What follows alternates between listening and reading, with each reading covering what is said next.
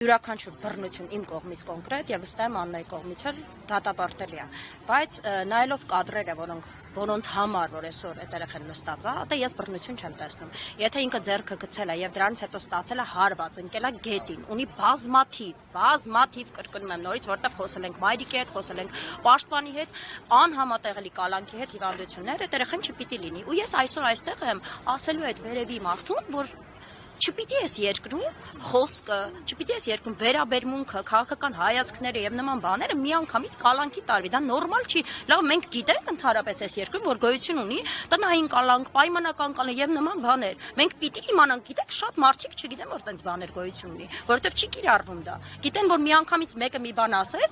ինձ ամեն օր գրում են, Անահիտ ջան, զգուշ եղի, քեզ չբռնենք։ Ինչի պիտի բռնեն, որ ես իմ խոսքի ազատությունը ժողովրդավարական բաստիոնում կիրառում եմ, որ ասում եմ այն ինչ մտածում եմ, թե ընդդիմության, թե իշխանության, թե ինչ-որ մեկի մասին։ Չէ, դա նորմալ չի, ժողովուրդ, մենք պիտի հասկանանք ու տեր կանգնենք այդ ամեն ինչին։ Իսկ այդ նորից գանք դեպքին։ Կոնկրետ ինչի համար Դավիթը պետքա գնա գոնե տնային կալանքի հիմա, որովհետև առաջին հերթին Դավիթը չի արել այնպիսի հանցանք, ինչի համար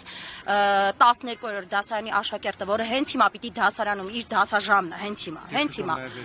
Այո, պիտի լիներ, չնայած որ կոկորդիլոսագետները ասում են, որ ինքը վերջի զանգը ուրախանում են դրա վրա։ Ես ինչ խոսամ այդ մարդկանց հետ։ Ես այստեղ եմ ոչ թե իրենց բան ասելու, այլ մեր հանրությանը ասելու, որ մի վախեցեք, ձեր ձայնը հնչեցրեք, միշտ ու ամեն տեղում մի վախեցրեք, կալա բոլորից հո չեն տանելու կալանքի։ Դա նորմալ չի, ժողովուրդ, որ մենք ասում ենք կկալանավորեն, եկեք լռենք, կկալանավորեն, եկեք չխոսենք,